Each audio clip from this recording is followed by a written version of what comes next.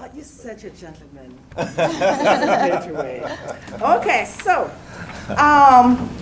Paula Sato is an assistant professor, and she works at Kent State University. She explores the broad concept of a monster and the monstrous from a multifaceted, interdisciplinary perspective. Her research seeks to investigate and question the persisting influence and imagery of monstrosity in Caribbean culture. And then you could read the whole descriptive in this beautiful leaflet. And a talk today is Wilfredo Lam's Horse-Headed Woman. Okay. Thank you, Jacqueline. I just want to start by thanking the University of Kentucky's College of Arts and Sciences, the Office of the Vice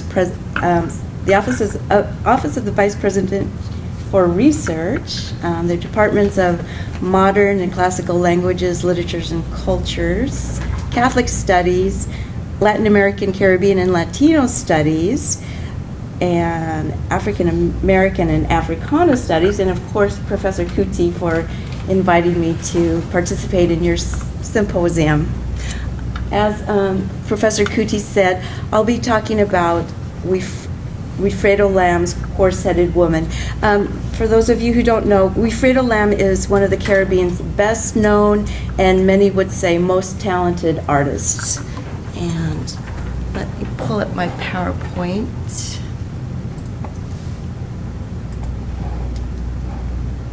It was there at one point. There it is.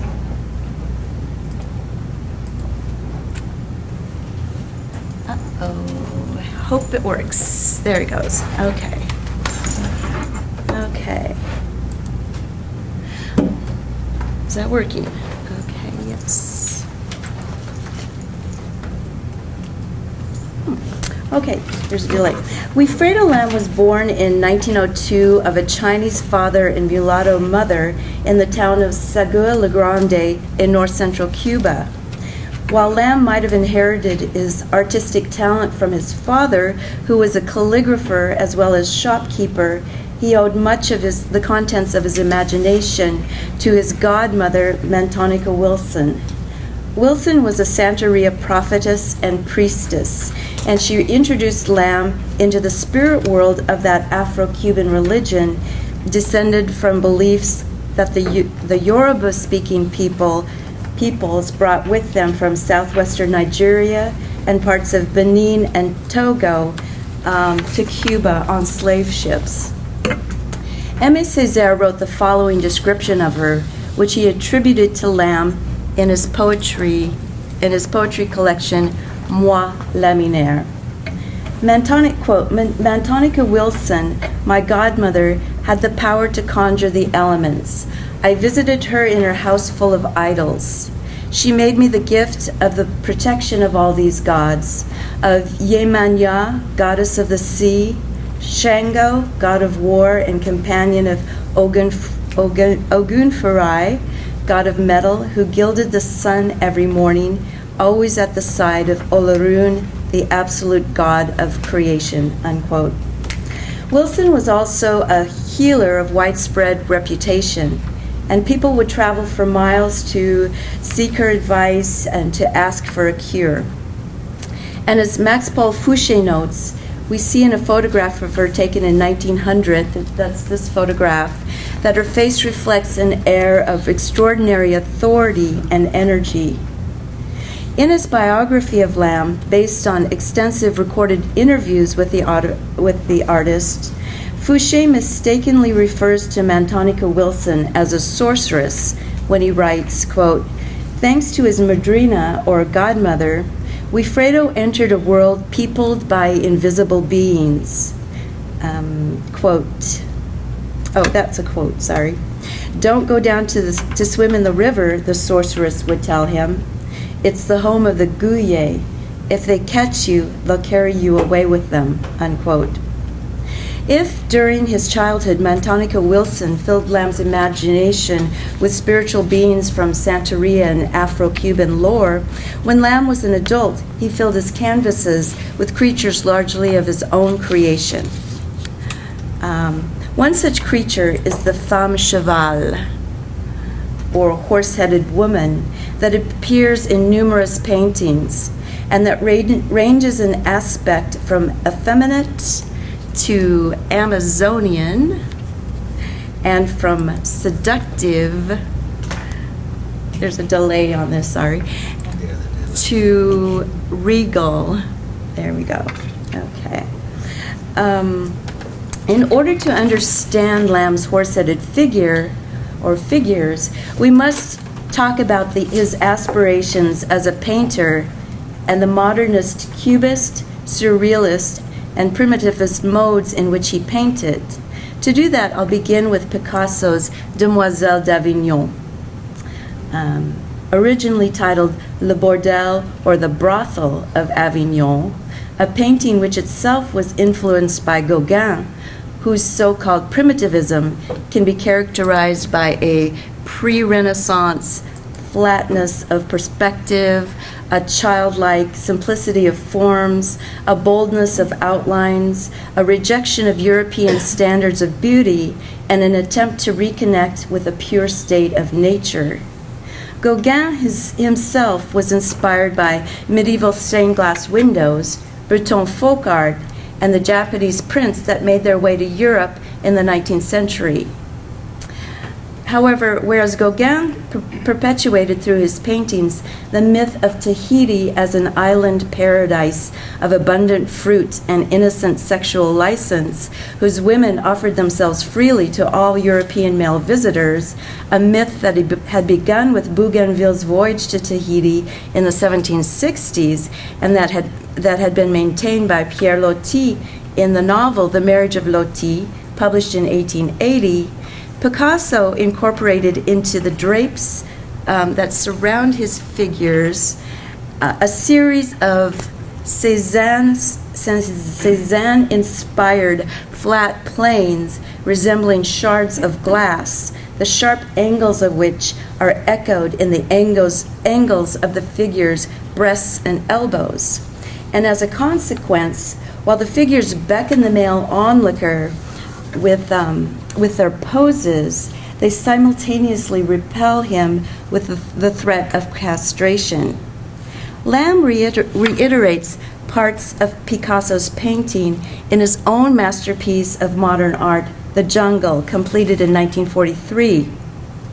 In both paintings, a figure on the left is seen in profile.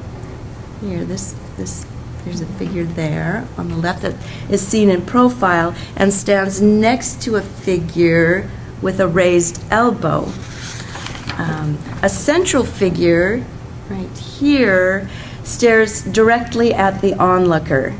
A masked figure in the upper right, that would be here, is seen in semi-profile, and in the lower right here, we see the backside of a figure with a rotund buttocks.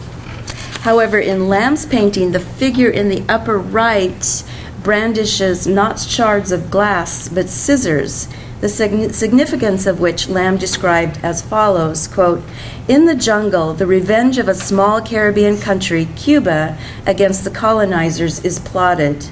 I used the scissors as a symbol of a necessary cut against foreign imposition in Cuba, against all colonization," unquote. By foreign imposition and all colonization, he is referring to both U.S. intervention on the island and the domination of Cubans by other Cubans. From 1899 to 1902, as the U.S. occupied Cuba militarily, it tried to impose racist policies over and against Jose Marti's dream of Cuba as a nation for all. The U.S. would go on to set up a government of occupation from 1906 to 1909 and would continue to hold considerable sway over Cuban affairs until the Cuban Revolution in 1959. To the extent that Eric Williams maintained that by the 1920s, Cuba had become, in every sense of the term, an American colony. Williams also surmised that the United States' dream was to transform the Caribbean into an American Mediterranean. Lamb had left Europe in 1923 at the age of 21 because he felt that he had no future as an artist of color in Cuba. He was just beginning to make a name for himself in Paris when the German occupation during World War II forced him to flee France and return to Cuba. When he arrived in Cuba after having spent 17 years in Europe, he was appalled to find that blacks were living in the same conditions of poverty, discrimination, and exploitation that they had lived in when he had left. Fouché records him as saying, quote, "If you want to know my first impression when I returned to Havana, it was one of terrible sadness. The whole colonial drama of my youth seemed to be reborn in me," unquote. He was also shocked by what he called the tourist frivolity on the island and its consequent degradation of Cubans of African descent. And he told Fouché that, quote, "Havana at that time was a land of pleasure, of sugary music, of rumbas, mambos, and so forth. The Negroes were considered picturesque. As for mulatto women, they were much sought after and as often as not became prostitutes. When Fidel Castro came to power, there were over 60,000 prostitutes in Havana alone. What I saw on my return was like some sort of hell. For me, trafficking in the dignity of people is just that, hell," unquote. Fouché writes that from then on, every image that Lamb painted became an exorcism, a denunciation of and battle against the hell of degradation. Lamb himself said, quote, "I decided that my painting would never be the equivalent of that pseudo-Cuban music for nightclubs. I refused to paint cha-cha-cha. I wanted with all my heart to paint the drama of my country, but by thoroughly expressing the Negro spirit, the beauty of the plastic art of the blacks. In this way, I could act as a Trojan horse that would spew forth hallucinating figures with the power to surprise and to disturb the dreams of the exploiters," unquote. In order to assure that his art made its way into the museums and drawing rooms of the exploiters, Lamb incorporated into his painting elements of cubism, such as flat planes and fragmented bodies, and surrealism, such as fantastical hybrid creatures and unconventionally placed body parts, as well as elements of the primitivism that had been in vogue in Western Europe since Gauguin's posthumous exhibitions in Paris in 1903 and 1906. As Claude Cernuschi puts it, quote, "Lamb packaged his art in the modernist language that was all the rage in Western Europe, thereby guaranteeing that it would find its way surreptitiously into the fortress of Western civilization," unquote. And Lamb's jungle adorned the lobby of New York's Museum of Modern Art for many years. Let me see if I have a bigger picture of this. There's a bigger picture. It is important to note that when Lamb began making a name for himself in Paris, primitivism was still all the rage in the Parisian avant-garde circles. European primitivism had been inspired in part by the African, Oceanic, and American Indian works of art that had arrived in Europe following colonial conquests and expeditions. These objects were put on display in museums such as the Musée d'Ethnographie du Trocadero in Paris, and they could also be found in curio shops and flea markets. Nairu Ratman informs us that these art forms were labeled primitive, and European artists projected onto them attributes such as simplicity and a more instinctive nature, qualities that they then began imitating in their own works of art. By doing so, they felt they could breathe new life into a sterile and moribund European culture. However, they continued to consider those artworks as artifacts rather than art, and they, quote, left unchallenged derogatory views about non-Western people such as their supposed simplicity and less civilized societies, unquote. Lamb's reaction to the works of art of non-European peoples was very different from that of his European contemporaries. Fouché notes that, quote, "The great mistake of Western civilization in Lamb's eyes was to have separated, in accordance with exaggerated and arbitrary notions of quality, the so-called primitive arts from those of supposedly mature civilizations," unquote. Lamb had a similar reaction to prehistoric art forms that he had seen in Madrid's Archaeological Museum in the 1920s and 1930s. As Fouché notes, quote, "For him, those specimens of prehistoric or archaic art were the irrefutable proof that artistic creation corresponds to an affirmation of man's dignity in the face of all that tends to dominate him, whether it be nature or his masters. Despite its diversity of periods and races, such creation is based on constants of form and spirit," unquote. Lamb's observation, as paraphrased by Fouché, that artistic creation corresponds to an affirmation of man's dignity in the face of all that tends to dominate him, speaks volumes about Lamb's own artistic motivations and impulses. In Paris, Lamb began painting prolifically in what could be called a primitivist idiom. Oops.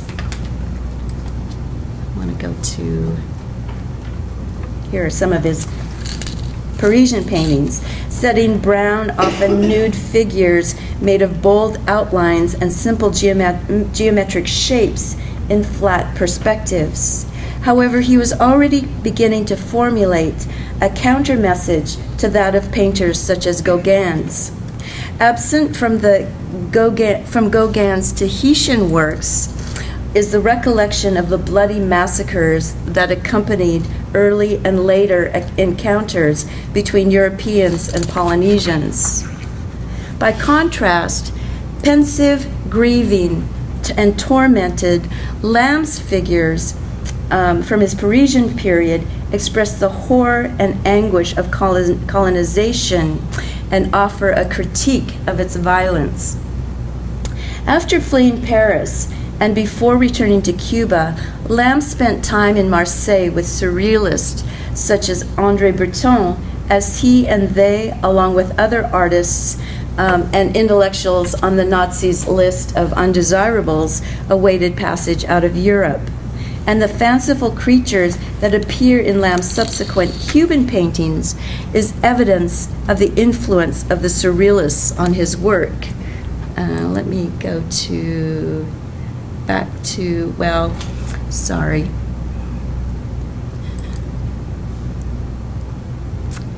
Sorry, I should have put one of his pictures up there, but I didn't.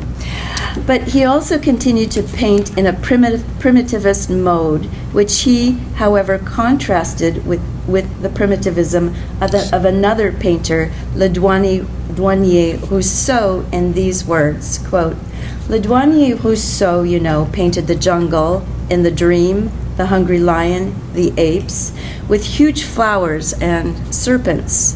He was a magnificent painter, but not the same kind of painter as I am.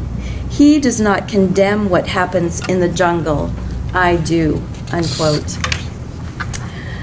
Later, Lamb's primitivist idiom differed from that of his contemporaries in another important way. In 1946, he criticized Europeans for turning African and oceanic works of art into pieces of exotica and sterile museum curiosities, and by therefore trafficking in non-Western people's dreams, the dreams that had gone into creating those works of art, dreams that those people had already lost because they had been stolen from them through colonization. And although Lamb must have admired the strength of the limbs and gazes in Picasso's Demoiselle d'Avignon, he must have also deplored the removal of art forms such as African masks from the context that gave them their meaning, and hence the decontextualization of those masks that we see in Picasso's painting. So here, here, and here. This might have been a mask that he modeled this figure on. This figure resembles this mask. And I think those are the only two I have on there. Although Lamb must have, I just read that, sorry. In the jungle, he placed those masks back where they belonged, which for him was in the Afro-Cuban religious ceremony. This mask resembles this one, so he might have modeled this mask on this mask bobo thing from the Région Étubi in the Congo. Let me bring back the jungle. There we have the jungle. In the jungle, the disembodied head in the lower left, which is right here, appears to be Elegua, the Orisha or deity in charge of guarding and opening the door to the spirit world, and who is always present in Santeria's ceremonies. Scattered on the jungle floor here, the cowrie shells indicate that an Orisha has been consulted and has sent a message back. The left-hand figure's horse's head here shows metaphorically that the figure is being ridden or possessed in Santeria terminology by an Orisha, which is a phenomenon that occurs in Santeria ceremonies. Incidentally, in 1922, the Secretary of the Interior had banned all Afro-Cuban religious ceremonies on the grounds that they were offensive, that they were opposed to culture and civilization, and that they led to criminal behavior. And when Lamb returned to Cuba in 1941, Afro-Cuban religions and cultural forms were still largely associated with witchcraft. It was through paintings such as The Jungle that Lamb helped to elevate the status of Afro-Cuban cultural forms such as Santeria.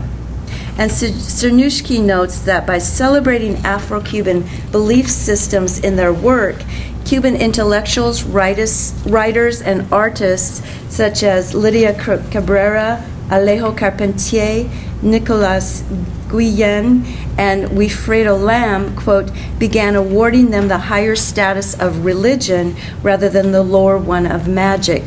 And in the process, the field of Afro-Cuban studies, not to mention the worship practices of the Afro-Cubans themselves, gained greater legitimacy, unquote. However, as alluded to above, the spirit of the blacks that Lamb wanted to express was not only the spirit of Santeria, but also the spirit of the affirmation of human dignity in the face of dominating forces, whether they be forces of nature or man. And it is at this point that I wish to return to Lamb's figure of the horse-headed woman, who stands in sharp contrast to Gauguin's Tahitians.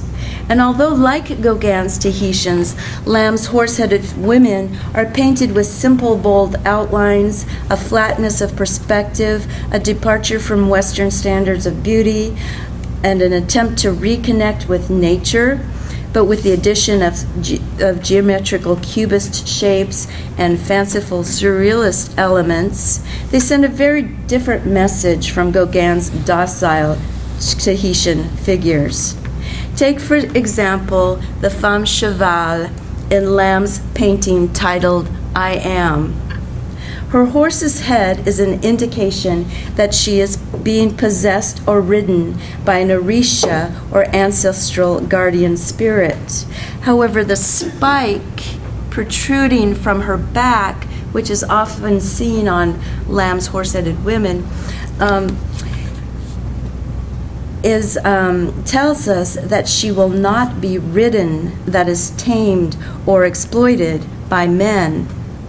Similar to Lamb's godmother, Mantonica Wilson, the figure has a proud, regal bearing that also indicates that she will not be dominated by men. And her testicles, in place of a chin, are metaphoric of her huevos, or courage and daring. The red that completely surrounds the figure, one of the colors of Shango, suggests that she, like Lamb's godmother, is a priestess of Shango. The vivid red also serves to challenge the onlooker's gaze. And the double-edged blade that she carries right here threatens castration if one gets too close. Lamb even seems to have wanted to subliminally evoke the thought of castration through the subtle placement of a faint penis-shaped appendage right here. I don't know if you can see it. It's barely visible. Well, yeah, you can't see it, but it's right here. Very faint, near the blade. Seated on the figure's head is a legua, who is often portrayed or as a disembodied head in Cuba. And he gazes back at the onlooker from his own small round head. Oshun, the soft and inviting goddess of waterfalls and love, beckons to the onlooker in the figure's flowing green hair. The figure's green locks might also indicate that, similar to Mantonica Wilson, she has the power to soothe and to heal. In closing, Lamb's stated intention for his Cuban paintings was to disturb the dreams of the exploiters. So although Lamb once referred to his figures in his Cuban paintings as monsters, they are much more than that. They are affirmation of man's, and in this case, woman's, dignity in the face of all that threatens to dominate them. And I'd just like to add that the shape of a legua on top of the figure's head, when coupled with her hair, give the impression that she's wearing a mantilla, like this figure in a portrait that Wilfredo Lamb painted in Spain. When he left when he left Cuba for Spain, he actually supported himself by painting portraits, and this is one of those portraits. And the mantilla-like shape here is an indication that the figure is Spanish speaking. In addition, the calligraphy that adorns the top of her sleeve, which is not based on pictograms and ideographs incised on jade and oracular bones as Chinese calligraphy originally was, but is a calligraphy based on Cuban cane stalks, flowers, and fruit, make the image a syncretic blend of the Chinese and Cuban. Finally, the red and white, the colors of Shango, are also the colors of a Cuban avatar of Shango, which is Catholicism's Santa Barbara. All of these elements serve to make the painting a syncretic portrait of Cuba itself, a Cuba strong and defiant in the face both of foreign domination and forces in Cuba that would try to denigrate and amputate her Afro-Cuban culture. Thank you. Thank you. So we saved the questions for the end.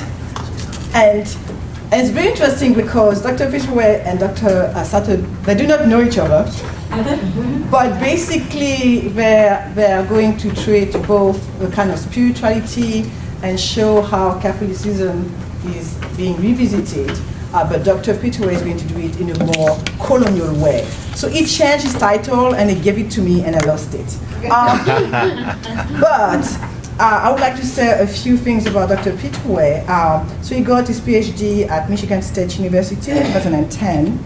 And his work investigates the representation of Afro-based spirituality, Catholicism, race, and slavery in Afro-Cuban texts, analyzing the seditious nature of such writing. So we're going back in time now. And I'm just going to find a map here as I prepare to speak.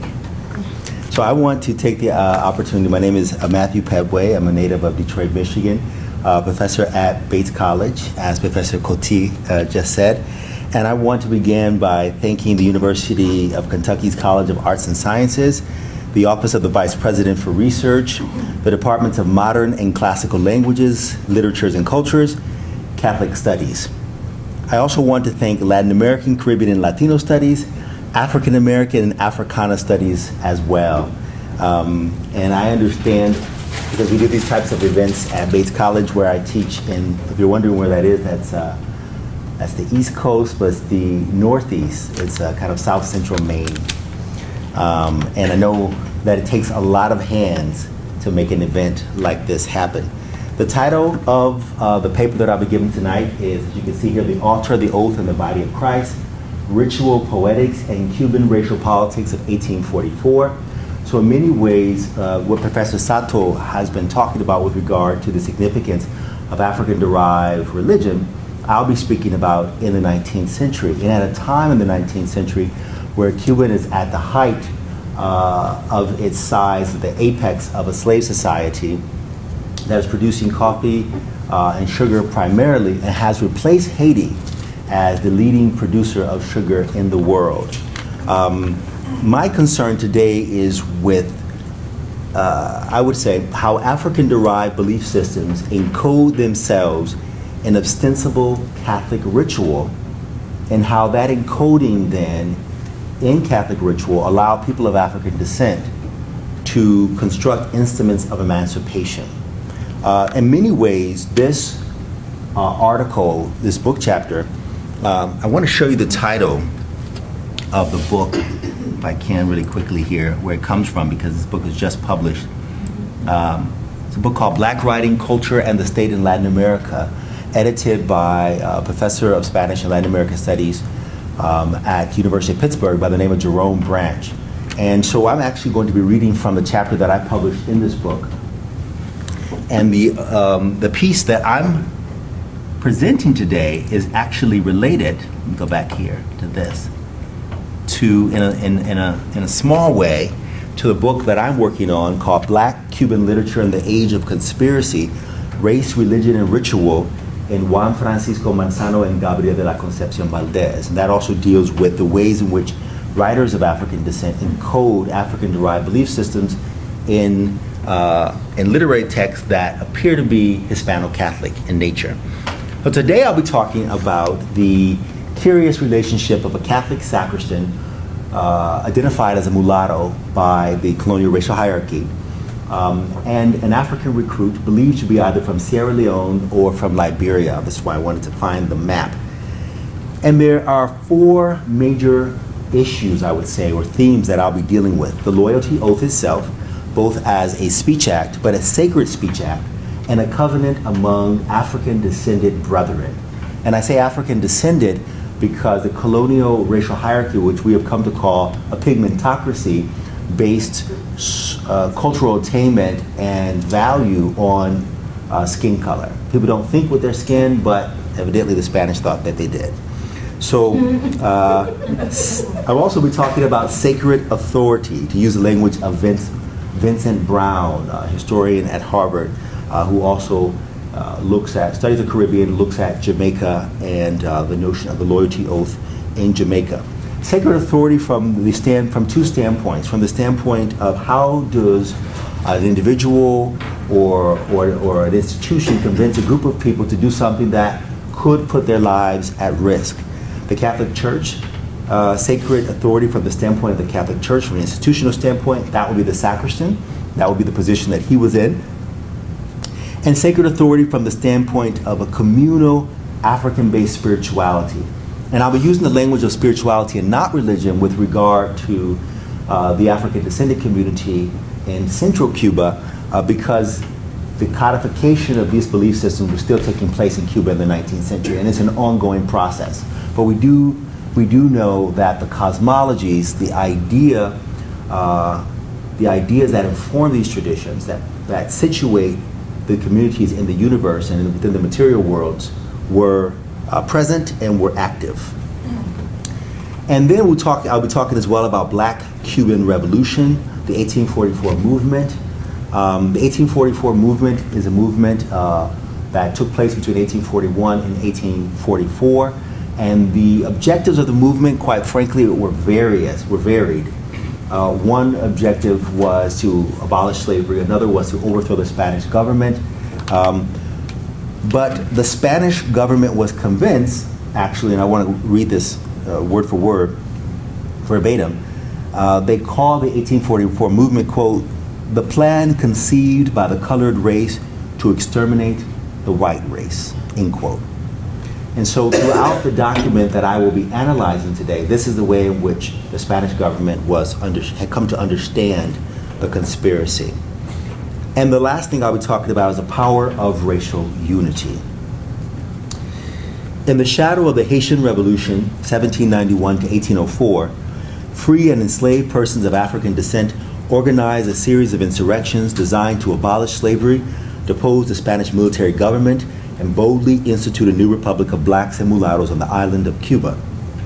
Government interrogations confirmed that the chief conspirators had initiated their plans in 1841 and subsequently concealed the plot by compelling would-be rebels to swear unconditional allegiance to give up their lives before revealing anything to their white enemies. To this end, loyalty oaths were a pervasive means to effectively organize anti-slavery revolts, maintain secrecy, and ensure unity among insurgents. The 1844 movement particularly alarmed colonial authorities because it enjoyed widespread appeal among blacks, actively recruited both enslaved and free persons, and was composed of multiple nuclei that traversed the urban and rural divide. The historical record confirms that loyalty oaths had both a political and spiritual component. Members of the chief junta inducted Cuban and African-born persons alike through ritual initiations, wherein would-be rebels pledged abiding allegiance to the cause. On occasion, loyalty oaths involved the transgressive appropriation of Catholic rituals in an apparent attempt to confer religious significance on the uprisings and to invoke divine power in hope of speeding its success. In this essay, I analyze the oaths administered by mulatto sacristan Jose Amores, a constituent of the 1844 movement. I argue that Amores knowingly appropriated, refashioned, and resignified Catholic rituals in accordance with an African-based religio-cultural paradigm, so that the tools of normative religious discourse became instruments of insurgent activity. African-born captives and their Cuban descendants appropriated Christian religious figures and images in order to dissemble African-derived sacred practices. And this is what we refer to when we talk about transculturation. So even apart from this particular case between the mulatto sacristan and his African recruit known as Fermin Ganga, it was not uncommon in Cuba because Catholicism was the official religion of the colonial empire, for Africans to identify an African divine spirit in Orisha or in Pungu, as it would be in Kikongo, in the Bakongo traditions, with a Catholic saint, with a particular path to the Virgin. And I'll be showing some images a little bit later as we kind of get into what these two were up to. The appropriation of Catholic practices speaks to a transcultural historical moment wherein Africans and their descendants amalgamated the rites, rituals, and symbols of the dominant religious order with the cultural values of African divine spirits. Insurgency rituals, such as the oath performed by Jose Amores, reworked the sacraments through the lens of an African-based spiritual worldview, thus transculturating the Blessed Sacrament and the Sacred Speech Act. So there's three things in particular that I will refer to kind of as holy objects in the broadest sense of the word: the altar, the oath of fidelity in Catholicism, and the body of Christ. So the body of Christ is variously referred to in Catholicism. There's a number of names for the body of Christ. The Eucharist is one of those names, the host, and the Blessed Sacrament. And what is particularly significant here is that we're talking about two people of African descent, one presumably born on the continent, the other one born in Cuba in a town called Caraballo. But the individual born in the town called Caraballo had a relationship to power, a different relationship to power, in that as a sacristan, it was his responsibility to guard the vessels where the host was lodged. The seditious engagement of Jose Amores with Christian ritual and his reliance on hallowed speech acts warrant careful study. My archival research at Harvard University's Houghton Library revealed that the sacristan's clandestine activities involved taking hold of the Eucharist to administer sacred loyalty oaths. Amores' initiations adopted what are among the holiest symbols of Catholicism: the altar, the oath of fidelity, and the body of Christ. My cultural studies reading of historical texts explores how the oaths transgressed church dogma and assigned a new system of meaning to otherwise normative rites. In this way, Jose Amores' activities are not only politically subversive, but also endangered Hispano-Catholic notions of the colonial order.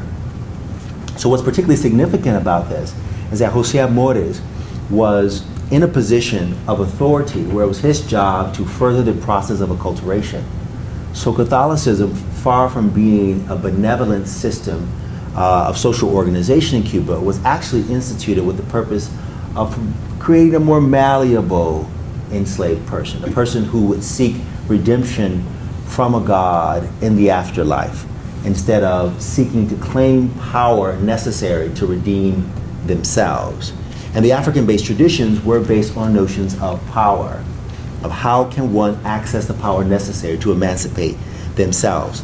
Now, there's been work on loyalty oaths. One thing that we know from Vincent Brown's work is that the loyalty oath was a common, I'll say, instrument of emancipation used throughout the Caribbean. And I want to talk for a moment here about the Haitian Revolution. The work on the loyalty oath in the Cuban context, however, has kind of approached it from a political standpoint without looking into its sacred meaning. And so in this talk, what I plan to do is to look at the sacred meaning. And I'll be doing that by analyzing the government's, I'm going to find this for you here. This is not it. Here it is right here. We're looking at the government narrative. Okay, so this is the actual, this is what got me to Harvard. It's what got me so excited. And I want to take a time to point to the title: Sentencia pronunciada por la sección de la Comisión Militar establecida en la ciudad de Matanzas para conocer de la causa de conspiración de la gente de color. Is there anyone else here who speaks Spanish? Okay, anyone want to try to translate it? The sentence pronounced for the, I don't know what la sección would be, but the military commission established in the city of Matanzas for discovering the causes of the conspiracy of people of color. Mm-hmm. Precisely. And so it's a very long title. One thing that's really important to note here about the way that the Spanish went about doing their business is that they were very detailed in their descriptions of events. And they provided for those who were accused of conspiracy, convicted, and sometimes exiled or executed, a sort of, I'm going to call it an archival personality, in the sense that they will provide the name and whatnot, and where the person was from. So you see here several names, and then I want to provide you with this so that you can see the name of the San Pablo Bainoa, just so you kind of get a feel for how serious they were. Here's the name of one of the poets I'm writing the book on. You see those juramentos de morir, because those are oaths taken, kind of oath of death, essentially, that are taken there. The military commission's account had 3 stated functions: to name those accused of conspiratorial activities, to frame the uprisings in terms of an indefensible race war, and to graphically detail the executions of persons condemned to death. The commissioners characterized the oath that Jose Amores issued to an enslaved rebel as a particularly abominable act because it dishonored the Blessed Sacrament, the holiest of Catholic relics, in a religio-political struggle to deconstruct the colonial order. I analyzed the aforementioned text as a conspiracy narrative whose espousal of conflicting worldviews is grounded in a Christian as well as an African belief in the inherent power of the spoken word. From the hegemonic viewpoint, the Afro-Cuban exploitation of Catholic rituals for conspiratorial ends was a terrifying prospect. Such symbolic inversions of the religio-political order threatened to Africanize Cuba and transform the island into another Haiti. Nevertheless, if we read the government account from the rebels' vantage point, the loyalty oath emerges as a sacred pact among brethren, whose ritual poetics equipped them for revolutionary exploits. This presentation examines how peripheral discourses appropriate the tools of the dominant society. My research presents a series of questions that require our attention. These are questions that we still need to explore more in the field. What is the religio-political function of the loyalty oaths that Jose Amores professed and administered to others? How might scholars make Afro-Cuban subject position legible in a government narrative that sought to efface it? My argument is that the loyalty oath is a transgressive representation of Catholicism and a sacred speech act that usurps and resignifies the normative authority of religious discourse, thus transforming the dark body into a sacred vessel consecrated for uprising. Censorship is an example of what Michel Foucault has termed the rarefaction of discourse, determining what can be said, choosing among subjects to speak, and avoiding chance appearances of speech that does not belong within the true. And so there were a number of things that the government was concerned about in terms of the regime of censorship. And one of those was anything that was said against the Holy Faith. That was an explicit prohibition on speech. What's significant about the oath is that the oath was not printed. The oath was not published. There's no manuscript of the oath. The only thing we know of the oath is what would-be rebels or insurgents that were caught and imprisoned, what they said about the oath. And so the oath is a form of technology that allows the insurgent to evade censorship because it's not written, so the censors don't get a chance to see it before it is actualized. So I'm employing a theoretical framework that privileges the inherent power of the spoken word, that privileges the oath, body politics, and religious transculturation. And I'm looking at Giorgio Agamben's work on the sacrament of language. He situates the oath in the intersection between religion and politics. And I'm going to read a little bit here to kind of give an idea of why the oath is so important for my work. The oath represents a pact, a socio-political commitment between diverse interlocutors within a given polity. Political crises arise when the sworn oath has been disregarded or even dishonored by one or all of the actors in question. Agamben's philosophical archaeology of the oath also explores how Christian monotheism establishes a precise correlation between words and reality. According to such a formulation, the words of God are oaths since He alone swears truly. As a consequence, human beings can know nothing of God that His word does not reveal, because His word testifies with absolute certainty for itself. Therefore, it is the oath that gives explanation to Jewish jurisprudence and the religious faith. The oath event is both a speech act intended to swear faithfulness and a consecration of the living human being through the word to the word. J.L. Austin says the speech act considers the entirety of the situation in which the speech occurs in order to establish a parallel between statements and performative utterances.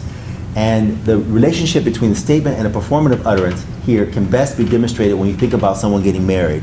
When do they actually get married? Or you might say in the African American tradition, to jump the broom.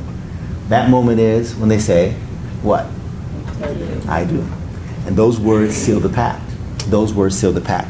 So the question of sacred authority then here is, what was this sacristan, Jose Amores, able to say to the Sierra Leone or Liberian man in order to seal that pact? And how did he plan on sealing that pact? Well, I propose a theoretical proposition, an idea to help us to get around that, which I'm calling ritual poetics.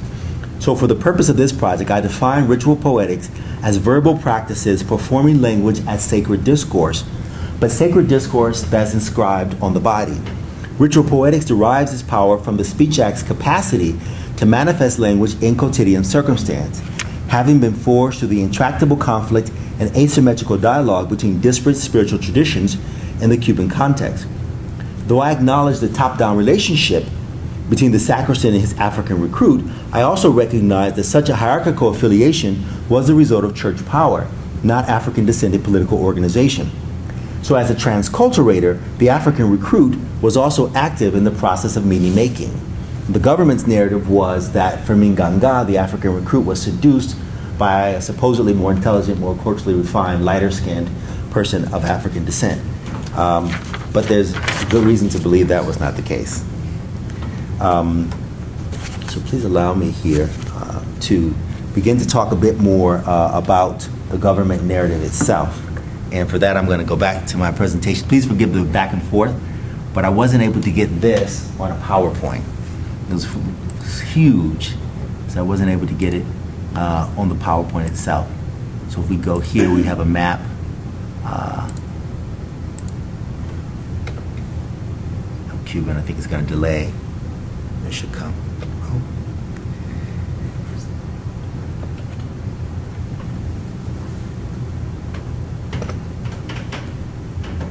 Okay, so this is what I wanted to show you here. So here's Havana, and here's Matanzas. This map doesn't allow us to see it, but the towns of, I think it's San Pablo de Bainoa, or Bainoa and Caraballo are actually here between Matanzas and Havana, and there's about a 90-mile distance between the two. So in today's time, you can do that as a day trip, but it wouldn't have been a day trip back then. So I seek to illustrate how the sentencia unwittingly portrays Africans and their descendants as religio-cultural subjects who appropriated and refashioned normative rights in order to administer ritual oaths of spiritual adherence and insurrectionary commitment. So part of what the government is dealing with here, and I'm going to read a little bit more from my paper, is the notion that Africans and blacks were capable of gross acts of violence, even in mass, but not capable of highly organized, brilliant political organization that might lead to their emancipation. And so the Cuban government, run by the Captain General, has a responsibility to explain to Queen Isabel II or Queen Isabel II what is going on in Cuba. He actually in some ways has a bit more power than she does because he's actually on the island. And so he needs to explain to her what is taking place, but in a way that she'll be able to understand. And so he appeals to the racist logic of pigmentocracy in order to do so. The government story portrayed people of African descent in a way that spoke to socioeconomic standing in the colonial order. Ifeoma Kiddo and Nwankwo's close reading of the judgment against the political leaders of the 1844 movement sheds light on the process of racialization. Her analysis foregrounds a judgment made against Gabriel de la Concepcion Valdez, also known as Plácido, who was convicted of being the president, mastermind, and recruiter of the island-wide plot to abolish slavery and exterminate the white population. The conspiracies and uprisings were carried out by pardos libres, that's free people of mixed race, free blacks, black slaves, and the black masses. The government supposed that free people of mixed race who wished to improve their social condition had organized a conspiracy, and that free blacks had joined under the assumption that it might benefit them as well. However, it did not explain the motivation of enslaved blacks, who were cited only for their superior strength. And Nwankwo's study reveals the inherent contradictions of Cuban racial discourse, which professed to be a multi-partite racial order, while in reality it functioned like a black-white dichotomy with insignificant shades of gray. In the 1844 judgment against the town of Bainoa, which I'm analyzing, the conspiracy is described in two distinct but related ways: as a projected uprising and conspiracy against the white race of this island, and, quote, and the first thing was a quote, the second quote, the plan of rebellion conceived by the people of color to exterminate the white race and deprive the mother country of this Antilles. By depicting the plot in terms of racial extermination, the white population becomes a plausible victim of ethnic cleansing. And at the same time, African-descended aspirations for abolition and racial egalitarianism are silenced. The rhetorical omission establishes the discursive strategy of the text: repossess the island as a bastion of white Hispanic values under siege by what was repeatedly, though erroneously, characterized as the impending destruction of African barbarism. And this is all, of course, being posited in the, with the backdrop of the Haitian Revolution. So I think of the Haitian Revolution as a shot heard around the world, taking the language often used for the U.S. War for Independence. But I think that it's far more appropriate in the Haitian context, because here you have displaced Africans who declare themselves black, and then in one of the iterations of the Constitution, deny the right to white property ownership. So this is what is profoundly revolutionary. We have the only revolution ever enacted by enslaved people, where enslaved people then define everyone on the island as black to erase the pigmentocracy and deny white property ownership. So those who have been deemed property then say, you own no property here. There could be nothing more revolutionary in the Americas in the 19th century. Rapid growth of the enslaved black and free mulatto population of the island was but one factor that terrified white Cuban planters. Accounts from Saint Domingue, which was the old name of Haiti, also warn of the efficacious use of African ritual powers in warfare against the French. Haitian soldiers who had fought in the revolution were largely African-born, and there was evidence to suggest that their religio-cultural frame of reference in the form of incantations and oaths of secrecy had guided them in combat. So I won't go into detail about Boy Caiman, but that is considered by historians to be one of the initial moments of the Haitian Revolution, and that is a moment in which Africans swear an oath, perform a sacrifice before actually beginning the revolution. And scholars have debated about when the revolution itself actually begins. That's a long conversation. But I think from the French standpoint, it was revolutionary because the revolutionaries succeeded in destroying more than 1,000 plantations.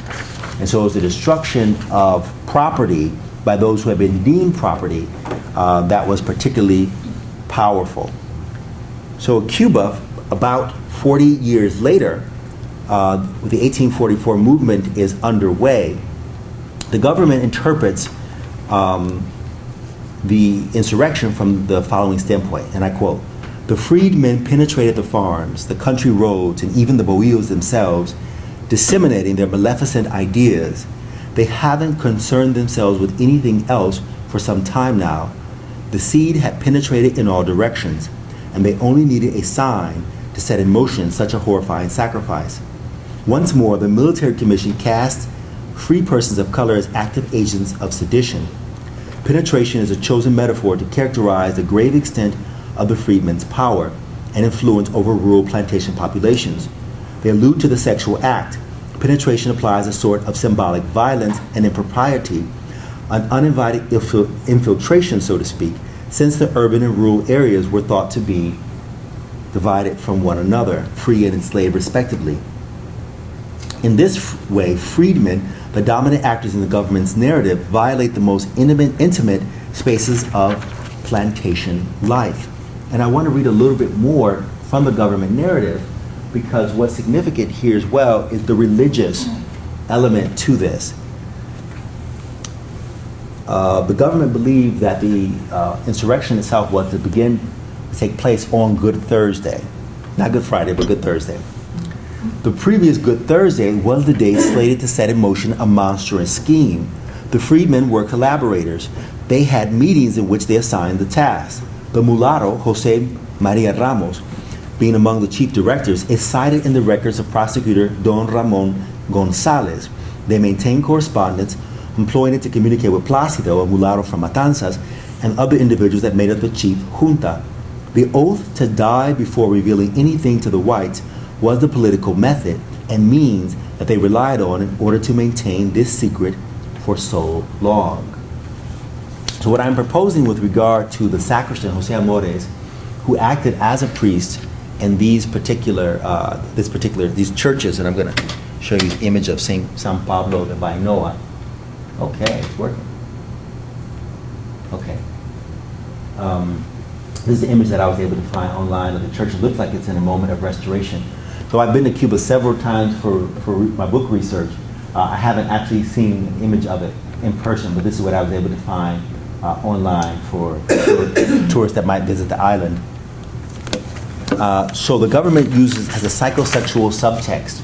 And this is, I think, particularly powerful because there's a certain way in which men of African descent are being seen by the very regime that commits the most horrible acts. So how are people who are being victimized then turned into the victimizer from the standpoint of the powerful? But the government was particularly disturbed by what Jose Amores did. And so I'm going to read selectively from what the government said with regard to the sacristan. This may have been the structure where he officiated. Among the infinite, quote, among the infinite schemes that they have employed to seduce and astonish the slave masses are atrocious and unmentionable acts. Such is a plan executed by one of the chief spokesmen, not content with increasing his proselytes through ordinary oaths and death threats. He trampled on the most sacred and respected item of all Christians. He had the audacity to remove the ciborium of the holiest sacrament from the tabernacle. And obliging the slave to kiss it, he made him swear his support to the exterminator party, promising stealth and offering to die before revealing anything to the whites. So testifies Fermin Ganga of Don Antonio Garcia Flores, who swore such a severe oath. This audacious and sacrilegious mulatto exercised the function of the sacristan. He called himself Father of the Church and was supposed to give the first Mass in the town of Caraballo, giving thanks to the Almighty after having consummated such an atrocious plan. The second individual, Jose Amores, finds himself accused by 36 witnesses, of which 24 identify him as a seducer, with the aforementioned abominable circumstance of having administered an oath to a slave with the holiest sacrament that is found in the Church of St. Paul by Noah. Furthermore, 5 other witnesses accuse him of complicity. The same number of witnesses of circumstantial evidence, and 2 identified him as the leading conspirator. They were mad. Under questioning, Fermin Gaga not only claimed that Jose Amores had urged him to take an oath, but also the sacristan had presented him with the consecrated vessels and obliged him to seal his vow by kissing the ciborium. The scene is narrated with indignation, depicting the misdeed of Jose Amores as an extraordinary crime that superseded the white imagination. Once again, the government's representation of race is an unapologetic gender vindication of whiteness that is fraught with contradictions. The text locates Jose Amores and Fermin Ganga in a single racial category. Both black bodies came into contact with the Eucharist and thus defiled it. Even so, Amores is a mulatto, and as such occupies a leadership role as someone who allegedly seduced the slave. And so what I want to point here to is the contradiction, how they're both black when the government needs them to be, so they both can be condemned, but how Jose Amores is a mulatto when the government needs him to be a mulatto so they can explain his supposed superior intelligence. So the oath is terrifying because it brought together what the government considered to be 2 different racial groups. And as I move now towards the conclusion of this, I want to talk a bit more about the body of Christ. I'll say briefly that I'm using Black Catholic theology, M. Sean Copeland's work on the body of Christ and the cross itself as the lynching tree. Catholic theologian M. Sean Copeland proposes an alternative reading of the body of Christ wherein the Eucharist is inexorably linked to the violent destruction of the collective black body, and the cross on which Jesus Christ was crucified is analogous to the lynching tree. Copeland remarks, quote, Eucharist, then, is countersigned to the devaluation and violence directed toward the exploited, despised black body, end quote. The celebration of Holy Communion, then, does not seek to directly expose a tortured body, quote unquote, but it does make known the presence of a body displaying the scars of violence. From this theological standpoint, Jose Amores' determination to dislodge the host from the ciborium can be read as a way to associate the body of Christ with the ravaged bodies of enslaved Africans and free persons of color. Let's see if I can get the ciborium. I have an image of the ciborium here for you. This is the church in Caraballo where Jose Amores was from. I don't know the dates for when these churches were erected, so that will require some further research there. But here's a picture of the ciborium, and I found a 19th century image of the ciborium. I don't know precisely where that image, this is the website, or where that particular ciborium is found. But so the host would have been placed inside of this goblet. Sworn to discharge the duties of a sacristan, Jose Amores deconstructed the authority of the Catholic Church in what amounted to a symbolic inversion of religious normativity and a brazen act of sedition. His intimate knowledge of catechism implies a theological choice on his part to administer the Eucharist as something more than a countersign emblematic of suffering bodies. The Eucharist was not only a countersign for the devaluation of dark bodies in the sacred oath that Jose Amores administered, but also a ritual initiation that re-signified the body of Christ and transformed it into a black body. So for the Catholic Church, this is ahistorical, but for the Catholic Church, the body of Christ would have been a white body. That's ahistorical. But that's the image of Christ that would have been present in chromolithographs. And so by taking the body of Christ or the Eucharist from the ciborium and giving it to that wafer, the body, transubstantiated body of Christ, through Fermin Ganga to kiss, he's then transforming that body of Christ into a black body.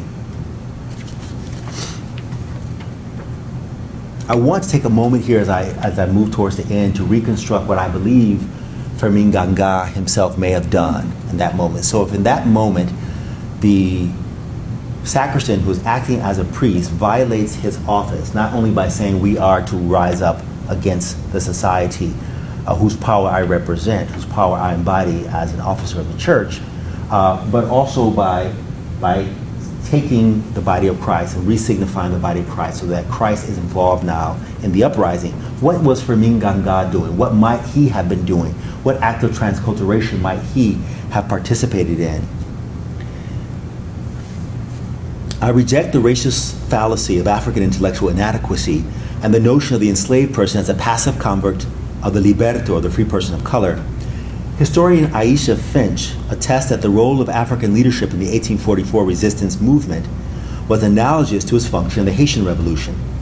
Fermin Ganga's cultural positionality as an African-born person provides clues to the conspirators' ideas about the sacred and symbolic world. And so I looked at the term Ganga itself. Ganga, unlike other terms, ethonyms, used to talk about African identities in Cuba, doesn't refer to people from any one particular modern African nation, or even from a particular linguistic group. The closest that I was able to find is that the people from Sierra Leone or Liberia.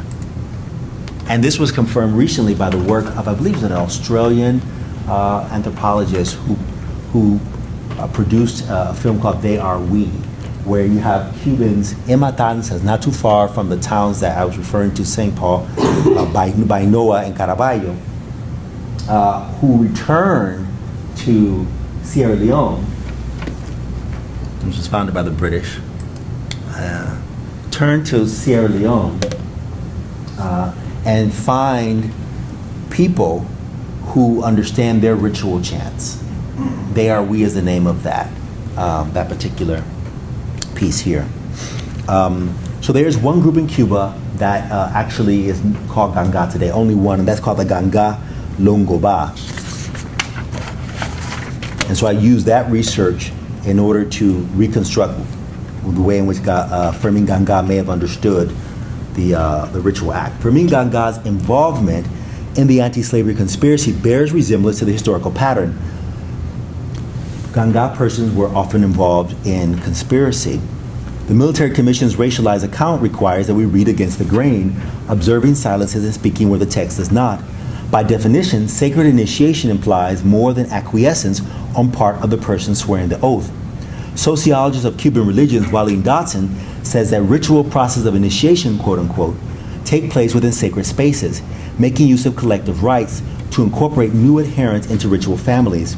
The ritual ceremonies impart explicit socialization instructions for the new community members. Fermin Ganga's resolve to swear an oath administered by Jose Amores should be read as a covenant between two interlocutors who share disparate subject positions. Notwithstanding the disparity in social status and the apparent differences in religious practice, both persons were cognizant of the intrinsic life force embedded in the spoken word to actualize revolution. In light of this, I maintain that Fermin Ganga coalesced the African-derived sacred knowledge of his nación with Jose Amores' already transculturated understandings of the divine to forge a third ritual space. And so I want to provide, it's one of my last images here, I want to provide you with an image of this particular feller here.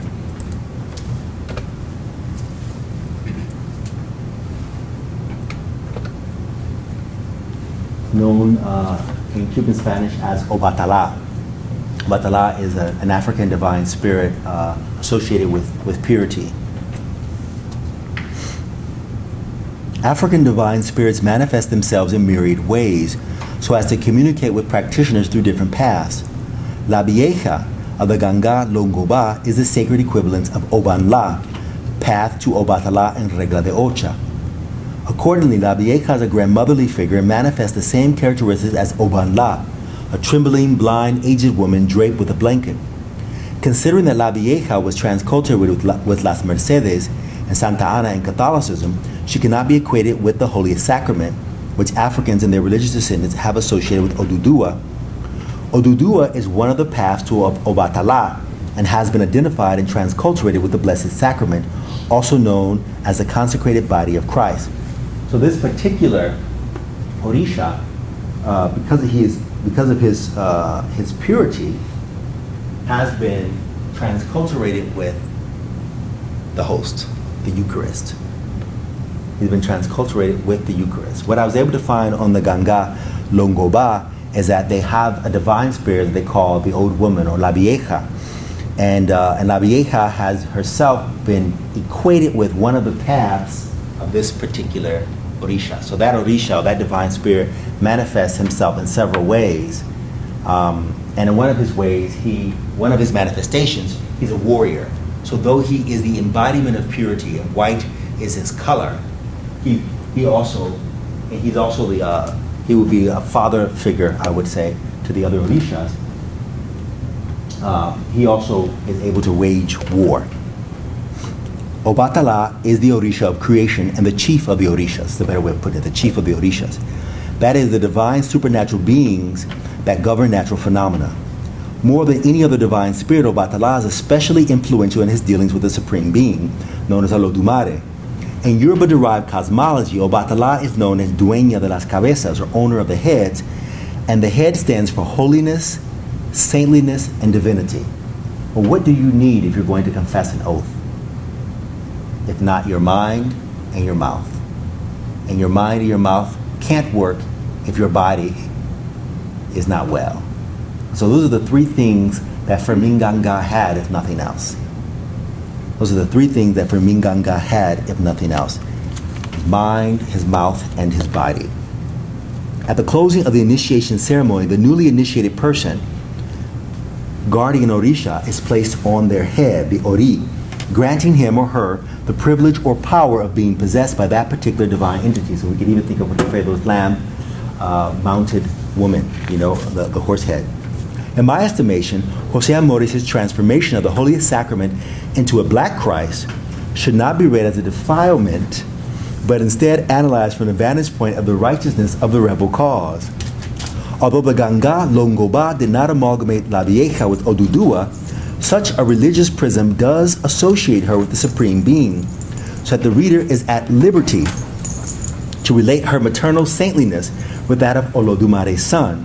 In fact, I submit that from Fermin Ganga's vantage point, the sacristan that evoked the power of Obatala La Vieja to administer loyalty oaths, in effect performed the function of a babalao, a ritual priest. And so in order to conclude here, because I'm happy to say that our third speaker has made it, I'll give her a little time and I'll read this. She needs a little time here. But I want to, the only way, because the loyalty oath could not be subjected because it was spoken and not printed, could not be subjected to the censorship of the colonial state, the only way for the colonial government to ensure that such oaths would not be uttered by anyone was to destroy the head that had spoken it. Threatened by political actors whose conspiracy was grounded in transculturated African-based speech acts, The military commission not only ordered the execution of Jose Amores, but also insisted on the disfigurement of the body. Jose Amores was made to kneel as authorities read the sentence. He was to be executed by gunfire, being shot in the back. His head would be severed from his body, mutilated, and displayed in the most public places of his hometown, Caraballo. The government's condemnation of Amores is most severe, given that his crime had been deemed both blasphemous and conspiratorial. The military commission's overwhelming reaction to what was considered a deliberate perversion of the most holy article of the Christian faith was to confine, execute, mutilate, and dismember the body that professed and administered such an oath. I'm thinking Nat Turner now in the United States. Unlike printed materials, which could be censored with a modicum of success, the oath was a verbal speech act rooted in oral traditions, and therefore elusive to the reach of the censor's pen. It is through the destruction of the body, however, that the Spanish monarch Isabel II hoped to forever silence the illicit oath event. I dedicate my speech to those who lived and died in 1844. Thank you. All right. So the topic of my talk is monstrous mouths, the skin-shedding, blood-sucking Sukuyan, and implications for Black women's sexuality. Wow. In my recently published book, The Things That Fly in the Night, which was published in 2015, there's a little image here. This was a painting that I found by a Haitian painter, Salnav is his last name, and it's in the holdings at the Spencer Museum of Art at KU.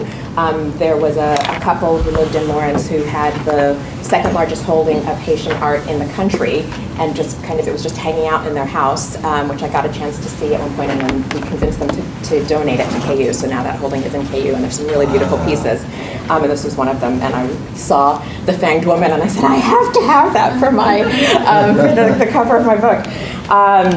But I explore various representations of the Sukuyant and other female vampires in literature from the Caribbean and the African diaspora. For those of you who might be unfamiliar with this character, the Sukuyant is typically an old woman who lives alone on the outskirts of town by day. At night, she sheds her skin, and taking it off and then putting it back on every morning and every night causes her to become exceptionally wrinkled.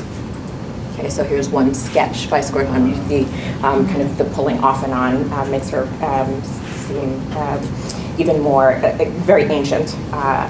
Once the Sukuyant sheds her outer membrane, she hides it behind a door or in a mortar or other household vessel, and then she transforms into a ball of fire, flies around her community, and drinks the blood of her unsuspecting neighbors. And I have another image here. And this is perhaps one of the most famous ones by Everett Turner. So it shows the Sukuyant, she's just taken off her skin, she's pouring her skin into the mortar, and then you see the kind of the smoke and the fire kind of surround her as she's in the midst of this transformation. The Sukuyant must re-don her skin before sunrise or she will burn up into a pile of ashes. So if anyone finds an empty skin, they're supposed to douse the insides with salt or pepper, usually hot pepper, which leads to a frenzy of itching and scratching when the creature puts it back on.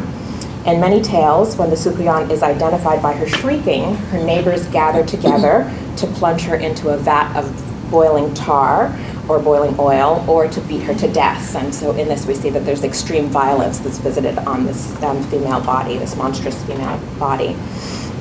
One can also gain protection from her by sprinkling salt or rice around one's doorsteps and windowsills. The Sukuyant must count every grain before entering or before exiting, and this task takes her all night, so she cannot reach her skin in time to save herself from the sun or discovery by the community. And in some versions, and these are versions that I found later, but she, when she's counting, some Sukuyants cannot count higher than a certain number, so she'll start counting the salt and say 1, 2, 3, 4, 5, 6, 7, 8, 9. Oh, 1, 2, 3, 4, 5, 6, 7, 8, 9, and then have to keep on continuing, but she can never finish, so she is doomed to perish. I heard these stories when I was a child from my Trinidadian family. When I enrolled in college, I learned from friends who also had Caribbean backgrounds that this monstrous figure exists in other cultures. She's alternately called different pronunciations of Sukuyan, Sukunyan, Sukriyan, Lugaru, Volant, Aziman, Old Haig, and Old Hag in narratives from the Anglophone Caribbean, the Francophone Caribbean, and also in the Old South, the American South.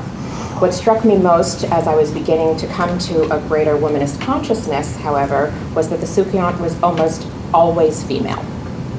The tale was a crucial part of the social project that maintained an unvarying role for good girls and women. Unlike the Sukuyant, the proper woman had to marry and surround herself with friends and family. She could not grow old and live alone. Once she was done caring for her own children, she must either live with them and help them raise their children or be cared for by them. If she was widowed, she should remarry. In other words, she must constantly serve others. She must give rather than take. She must stay anchored in the domestic space rather than fly about of her own free will. As a child, stories of this frightening old woman who could penetrate my house, my bedroom, and my skin to drain my blood terrified me. And I should add here that I have an aunt who lives in Trinidad, and when we were young, I was at that point too old to really believe in a lot of fairy tales and monsters, but she had a scar on her leg, and she used to show us this scar and say, "This is where Sukuyan bite me." And we were like, whoa! This is like proof, right? Written on the body and kind of all of that. So this figure had a special kind of, was very terrifying to me.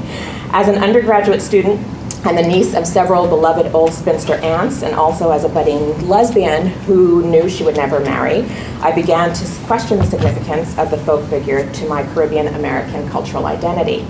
As a graduate student, I began the formal process of interrogating the gendered implications of these narratives, in which women are demonized for their failure to comply with the social norms of marriage, sex only for procreative purposes, lifelong childcare, and domestic containment.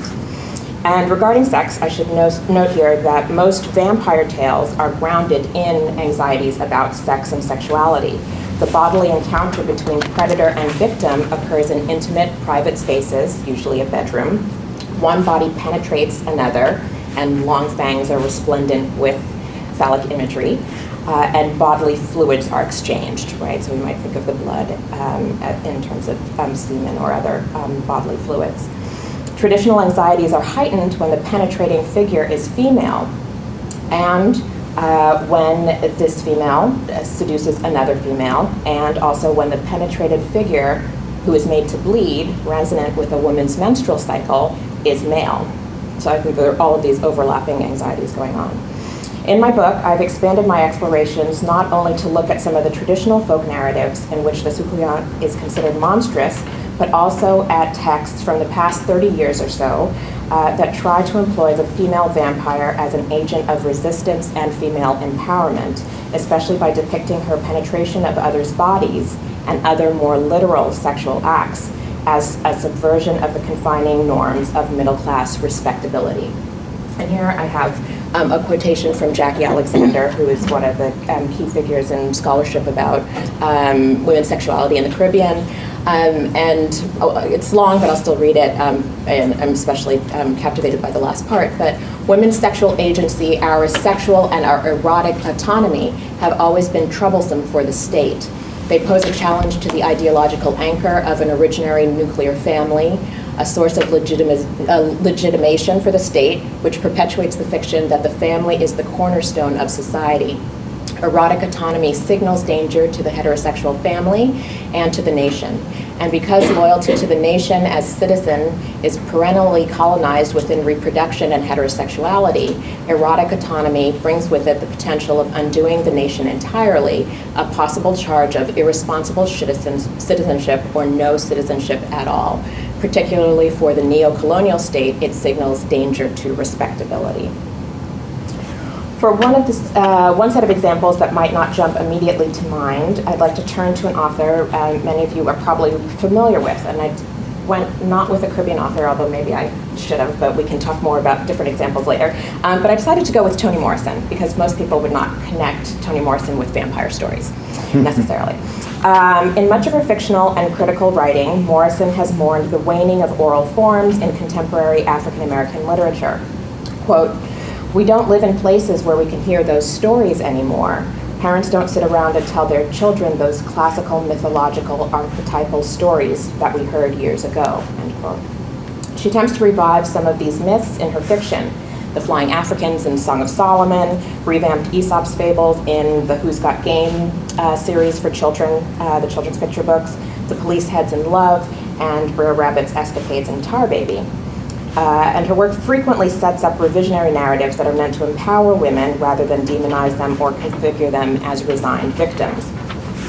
Pilot from Morrison's Song of Solomon provides an excellent example. How many of you have read Song of Solomon or know that text? Okay. You should all read it. It's very important. Okay, so community members in a Michigan town called Mercy describe Pilot as one, quote, who never bothered anybody, was helpful to everybody, but who also was believed to have the power to step out of her skin, set a bush afire from 50 yards, and turn a man into a ripe rutabaga, all on the account of the fact that she had no navel, end quote. Displaced from the conventional setting in the Caribbean or the rural South and placed in the hands of an author whose works consistently challenge patriarchal and Eurocentric norms, Pilot's succulent-like features do not generate fear. Laughter is actually the more likely response from the line about turning a man into a rutabaga. I don't even know what a rutabaga is, I just know it's a root vegetable or whatever. Instead, the character inspires awe and warrants the respect of the local townspeople. Part of the fictional characters and the reader's absence of distress comes from the lack of vampiric element. Pilot draws blood from the man who abuses Reba, her daughter, in one scene. She takes a knife and she sticks it into the man's chest and threatens to take his heart out. But she does not ingest the blood and she commits the act selflessly. In this way, she is an empowered and a positive character like the Flying Africans of the novel and related folklore, but she does not violate the conventional gender boundaries that mandate maternity and self-sacrifice for women. Traditional suppliant tales and other vampire stories, on the other hand, focus on sensuality, the physicality of and the sexuality implied in penetrating the skin and consuming the blood. This is more of the case in Morrison's Paradise with the character of Consolata. Her distress about being abandoned by her lover, Deacon Morgan, leads her to turn to isolation, sleep, and alcohol. Noting that her cot in the convent cellar is below ground and her sleeping patterns are irregular, the narrator suggests a, quote, slug-like existence. But Connie simultaneously evokes the conventional vampire. She is in a space that is identified as tight enough for a coffin. She is, quote, devoted to the dark. She has lost her ability to bear light. And she is also, quote, long removed from appetites for food or human contact. When she supernaturally resurrects the body of Deacon and Soane's son, Scout, and repeatedly revives the nun Mary Magna, the imagery and language carries Christian religious connotations, but also resounds with imaginings of vampires creating legions of the undead. The historic relationship between European, West African, and New World traditions all feed into Morrison's myth-making. A relational archipelagic logic appears in her use of the black female vampire. It is not exclusive to the United States or Europe, but extends outward in a larger America's network. And it's significant in this case that Connie is from Brazil originally, and she's indigenous.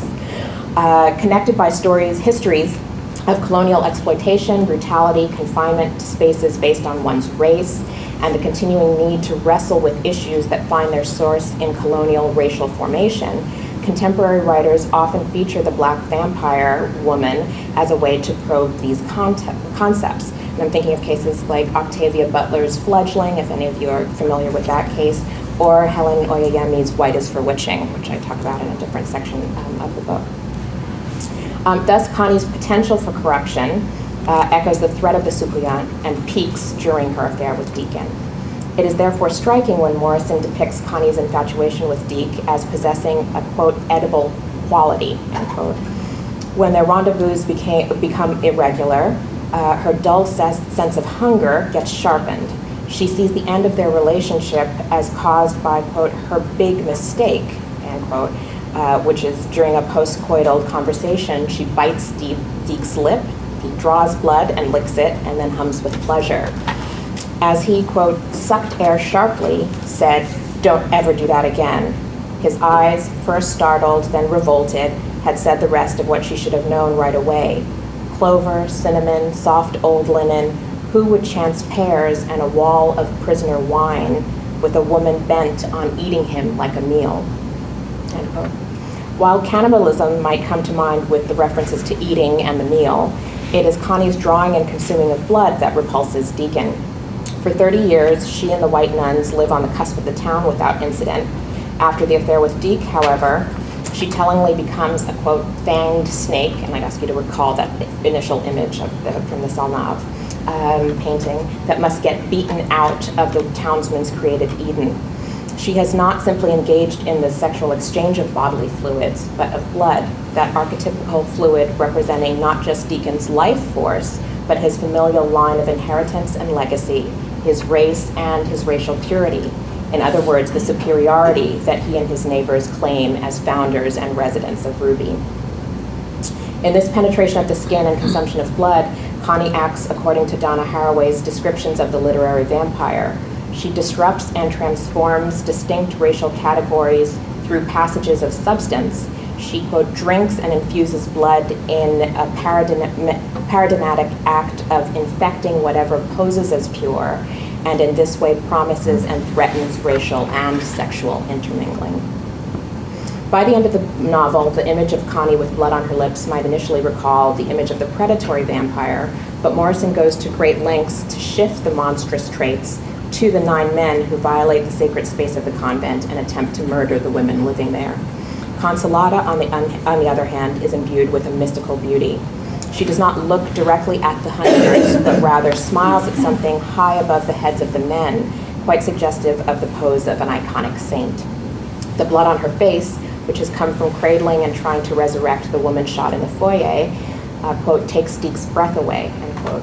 The true vampiric force, the one that has sapped the, quote, green springtime, the innocence from Consolata's eyes, is what has become of the original forefathers' search for safety, prosperity, holiness, and pride in their achievements and their racialized selves. Deacon recognizes that, like his fellow predators, he has become the kind of man who set himself up to judge, rout, and even destroy the needy, the defenseless, the different, all traits, ironically, of the stereotypical vampire. This is not to say that all renditions of the Sukuyan story produced in contemporary times are subversive. The Skin, a 2011 motion picture produced by Hama Films of Antigua, which was the official selection of the Trinidad and Tobago Film Festival, Toronto's Caribbean Tales Film Festival, the Washington, D.C. Caribbean Film Festival, and the Belize International Film Festival, depicts a gruesome Sukuyan whose spirit is released from an ancient vase that the protagonist, Michael, uncovers in the ruins of an old sugar mill. And here we have, sorry, it's kind of blurry, but the image, this is a trailer shot, is blurry, but this is the Sukuyan. You see her the darkness of the eyes, but the mouth is really prominent, right, in this image, and the figure of the skin and resembles maybe a fang, maybe a steak. This Sukuyan has the power to penetrate one's dreams. She assaults both Michael and his wife Lisa in this way. The movie focuses more on her conversions into a creature of fire rather than her penetration of victims' bodies to suck their blood, however, eradicating the sexualized element of the act, and specifically the homoerotic connotations of a female vampire with her female victims. Visual references to the Sukuyan's fiery persona occur when a pregnant woman in the community named Anne-Marie becomes a monstrous demon with burned out eye sockets and nostrils. Another victim's body also features the scorched eyes as well as a blackened tongue. And Lisa herself, suffers from painful, itchy marks on her stomach that later manifest as black burn marks. In a third woman's bedroom, the Sukuyan is shown wielding claw-like fingernails, but the scene is cut before she makes the imminent abdominal incision. The moment of penetration remains a visual titillation, a never quite consumed act. The film never shows the Sukuyan sucking blood or exchanging fluids with her victims, which I would read as evidence of the taboos against homosexuality that still exist throughout much of the Caribbean. Allen chooses to represent the Sukuyan as more of an anti-maternal figure. She only penetrates Lisa's and Anne-Marie's bellies because she longs for the fetuses inside. She takes the third woman's crying baby and carries it to the water where the two sink beneath the surface. The evil force is eradicated from the community by exclusively male figures. A man named Vision, who is a spiritual leader from Jamaica, and this is a really weird part of the movie. I don't actually recommend it except for its academic value discussion. So we have Vision from Jamaica. Why Jamaica? I do know, but I don't want to know. Tricks the Sukuyan and traps her in the original vase. And when Lisa is attacked in her house by Anne-Marie, the pregnant woman I mentioned before who has gone missing and is now a Sukuyan, Lisa fights her off with a broom, but it is only when Michael takes the broken broom and stabs her, and we notice that the broken broom is the wooden stake and also the phallic symbol, that she perishes. Interestingly, unlike in many Trinidadian versions of the tale, where the condition of being a skin-shedding bloodsucker is exclusive to an individual, the Antiguan film proposes a type of female contagion. The curse or the power of the Sukuyan can be transferred from one female subject to another. All women are thus subject to being targets of their neighbors' suspicions and their neighbors' policing. And I had another section that I kind of just threw in on Helen Oyeyemi because I heard she was here at the university as a visiting writer. So I'll read a part of it, but just cut me off when time. I just kind of excerpted a part of it. So in her striking work, White is for Witching, which is set in England, and there are several explicit references to the Sukuyan.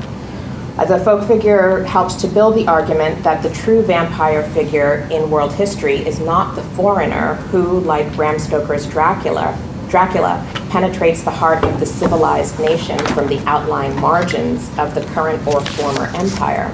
Rather, the actual monster is the colonial or neo-colonial nation that greedily sucks the lifeblood of foreign lands and foreign people via economic, political, sexual, cultural, and ecological exploitation. The skin-shedding bloodsucker figure in White is for Witching is a shifting, layered signifier. One of the protagonists of the novel, Miranda, who is white and British, appears as a vampiric figure throughout the narrative. Readers infer that when her grandmother smeared her own blood on her grandchildren's lips, Miranda, or Mary, ingested it while her brother, Elliot, wiped it off. And then that's her twin brother. Later in the text, lying beside her new lover, Mary sniffs, quote, the other girl's body, turning the beginning of a bite into a kiss whenever Ore stirred, laying a trail of glossy red lip prints, end quote. These red stains, suggestive of, yet not specified as lipstick, also imply a trail of blood. And earlier in the novel, there's a line where it's commented that she's not wearing lipstick, but her lips appear exceptionally red, like she is wearing lipstick. Similarly, while the lines, quote, Miranda had kneaded Ore open, her head had spun with the desire to taste, seemed to resonate with sexual desire, bloodlust can be read just beneath the surface. At the last moment, Mary snaps into full consciousness.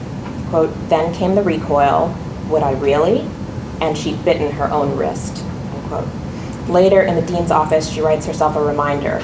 Ore is not food. It sounds really funny to read that line, it's not really funny. She's saying, Ore is not food, Ore is not food. I think I am a monster. At the end of the novel, while looking at herself in the mirror, she sees blood on her face and feels evidence of fangs. Quote, there were two slick punctures in her lips, a pain as if her mouth had been stapled. She looked in the mirror and blood was drying on her chin. When she opened her mouth, her teeth lifted, then sliced her bottom lip again. She couldn't see the teeth, only the cuts they made, but she felt the teeth. Her features couldn't accommodate the length of them. What am I? End quote. Miranda's psychological illnesses, and she has many of them, and one of the most striking ones I think is she suffers from pica, which is the desire to eat things that are inedible. So some people, you've heard stories of people who eat dirt, right, when their bodies are craving certain things, like they have iron deficiencies. The things that she eats very tellingly, she craves chalk most often, and when she goes to see the White Cliffs of Dover, she really craves the white chalk out of the cliffs, but she also craves these things that are blue plastic and red, and so we see the image of the Union Jack, right, in the red, white, and blue, this desire to kind of consume a true Britishness that comes through a lot of the novel, that I think is really fascinating. But not part of this. Okay, so she has all of these psychological illnesses, and they're readable as a haunting in many ways, and they implicate her in the mysterious attacks on immigrants taking place in Dover, a set of stabbings which penetrate victims and drain them of their blood, much like a vampire. Furthermore, she can't handle the sun. She construes herself as the undead. She believes that she actually died in a mental facility, though Ore tries to convince her otherwise. And like Suklian, her insides depart from her outer self on occasion. Her memory lapse from the stay at the clinic, for instance, is described as a time in which she'd left herself. All she recalls is the sensation of travel. Additionally, she expresses a desire to peel the skin of her face away from her skull at one point. When her father kisses her, she felt, quote, the kiss on her actual skull, the skin of her scalp crinkling between his lips as they broke through, insinuating a skinless body. Near the book's conclusion, Ore has a dream vision of splitting Miranda open and finding another girl inside who wails at being released. No, no, no, why did you do this? Put me back in. She gathered the halves of her shed skin and tried to fit them back together, end quote. In response to Ore's questions, the girl states that she is Miranda, while the rubbery skin is the good lady, and the good lady is also another name for her grandmother. Despite Ore's demands that she resist, Miri sews herself back into the skin. Here, Oyayemi turns the Sufyan convention on its head. Rather than describing an inner demon protected by the disguise of a frail outer skin, the skin is what confines, constricts, and controls Miranda. Anna, the grandmother, is yearning to have all her female offspring safeguarded within the house, along with her insistence on the superiority of all things white, from skin to clothing, eventually stifles Miri's potential to be a new kind of British citizen. She gets buried by and beneath the house, an act that Ore identifies from the very beginning of the novel as the only way to fight a Suklian. And I'm going to just cut a little bit more, but move to my closing, because I'd like to show a few images that offer a new young artist's version of an alternative narrative, one that allows for this perspective of the other to counter and challenge a dominant, monologic, or single-voiced telling of the Sufyan story. Kiara Gopi is a recently graduated student of the Tisch School of the Arts at NYU and a former staff photographer at the Trinidad Guardian newspaper. And she contacted me last year about her project. She had a photo portfolio of stills called Suklian Rising. Okay, and she's given me permission just to show a few of them. Okay, so this is the first one, and it's deliberately blurry, but there's a very blurred image of a woman, and her face kind of turns that way, but you can see another image, like a shadow image. Oh, sure, that would be great. I think this is the blur. Yes, great. Thank you. You can see it much better. Okay. So these are photographs that play on traditional notions of the Suklian and undermine the notion of the Suklian as evil, wicked, demonic, and also explore concepts of liminality and female agency. And again, the liminality is shown here with her. She seems to be kind of in between two worlds, two existences, physical and maybe one where she's transported. In this next image, we have the foot of the Suklian stepping over the rice. That's rice down at the bottom on the door, the rice that's supposed to keep her out, but she's transgressing that border, right? She's not forbidden. And I think it's interesting that the woman's foot chosen for this photograph, the tattoo is that of a hibiscus flower, so something that's native to the Caribbean and also part of the natural world, right? So this idea of claiming a natural being versus being something that's unnatural. And also the bells of the anklet suggest that she is announcing her presence, right? That she's not trying to hide. Gopi's work fits in strongly with the designs of contemporary writers who endeavored to write the monstrous she-demon out of the prison of conventional interpretations, either stuck in the domestic fear, hiding their bodies behind clothing or motherhood, or ghastly hypersexual demonic beings. And this is another, I love this one too, it's beautiful because it's on the sea, by the sea, but this is the mortar, right? It's a mortar and a pestle, and so this idea that the mortar has been cast off, right? That it's not being kept in the home to kind of store the skin. And it's near to this old net, and again, things that capture or enclose, and the old net that seems to have been thrown away as well. And here, another clearer image of the woman who seems to be very aware of the camera, right? And so kind of is declaring herself and her presence as she, and my interpretation of it is that she's unclothed, right? But so embracing more of a sensual, sexual presence and identity. And this final one, an ordinary woman eating her dinner. So Kira Gopi depicts ordinary women who have embraced their inner nature and face the world in control of and empowered by their own bodies and sexual desires. And so I'll end there. So thank you very much.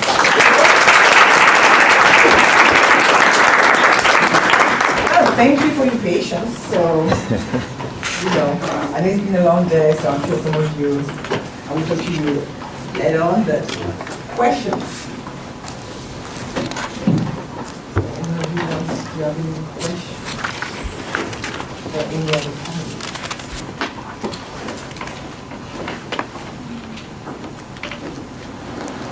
I don't have so much of a question, but I want to thank all of you for coming and making a long, hard trip here. These were really great papers, and the first two papers both included horse imagery, which in Kentucky. Of course. Oh gosh. That's right. How about that? So it was really nice the way you pitched it just right to us. I guess I also work on visual studies, so I really love the fact that you all included some visuals for us to look at and engage with. I guess I'll ask a question more to Professor Sato and Pettway. Both of you talked a lot about what I would think of as signifying, a practice of signifying.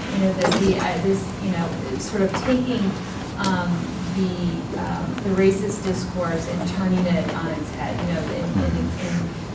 In the primitivist art of Gauguin, or the not explicitly racist Catholic ritual, but certainly racist in the context of colonial Cuba, right? And I just kind of wonder,